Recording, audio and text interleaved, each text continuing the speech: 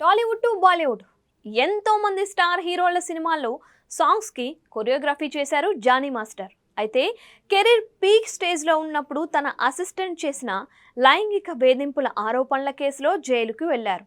ఇటీవల బెయిల్పై రిలీజ్ అయిన జానీ తిరిగి తన కెరీర్పై ఫోకస్ పెట్టారు. ఇప్పటికే తన కొరియోగ్రఫీలో వచ్చిన హిందీ సినిమా బేబీ జాన్లో నైన్ మాటక్క సాంగ్ పెద్ద హిట్ అయింది. సోషల్ మీడియాలో ఎక్కడ చూసినా ఈ సాంగే కనిపిస్తోంది. అలానే global star Ram Charan game చేంజర్లో డోప్ సాంగ్ కూడా కొరియోగ్రఫీ చేశారు జానీ మాస్టర్. ఇది కూడా తాజాగా రిలీజ్ అయి ట్రెండ్ అవుతోంది. ఈ సందర్భంగా రామ్ చరణ్ గురించి గొప్పగా మాట్లాడారు జానీ మాస్టర్. ఈ కేసులో బెయిల్పై విడుదలై బయటికి వచ్చినప్పుడు చరణ్ తనకి ధైర్యాన్ని ఇచ్చినట్లు చెప్పారు. నేను బయటికి రాగానే ఫస్ట్ రామ్ చరణ్ కాల్ చేశారు.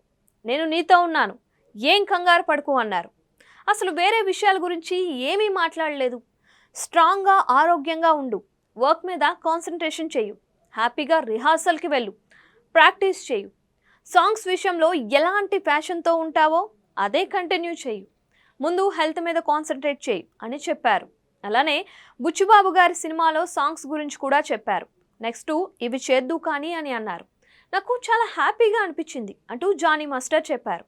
అంటే రామ్ చరణ్ చేస్తున్న వరుస సినిమాలకి జానీ మాస్టర్ వర్క్ చేస్తున్నారు. ఇప్పటి వరకు రామ్ చరణ్తో పలు సినిమాలకి జానీ మాస్టర్ వర్క్ చేశారు.